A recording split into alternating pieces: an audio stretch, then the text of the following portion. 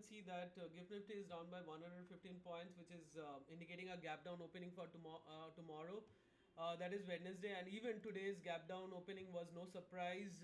Like I posted many of the results during live market hours on Monday, that is yesterday, and like you saw that it perfectly worked out.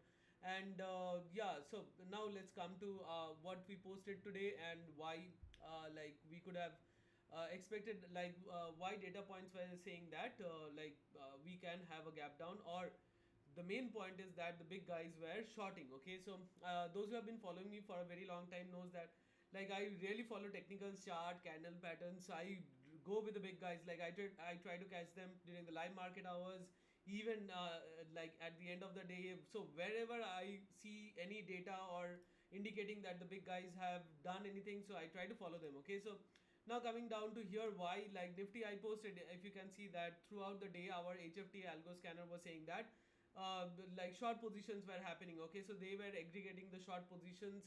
And talking about the next thing, that is in Bank Nifty I posted in the morning as well. Like right in the beginning you can see like huge short positions were building up, and mostly like short positions were building up. Okay, so the call buying that you see where like suppose this is the amount of call writing, and so then hedging happens, okay, with those call writing. So now talking about like Reliance also, like yesterday shorts, today also, even at the end as you can see shorts shown by our HFT algo scanner. SBI also like yesterday, today, and like throughout the day. So I also posted during the live market hours as well.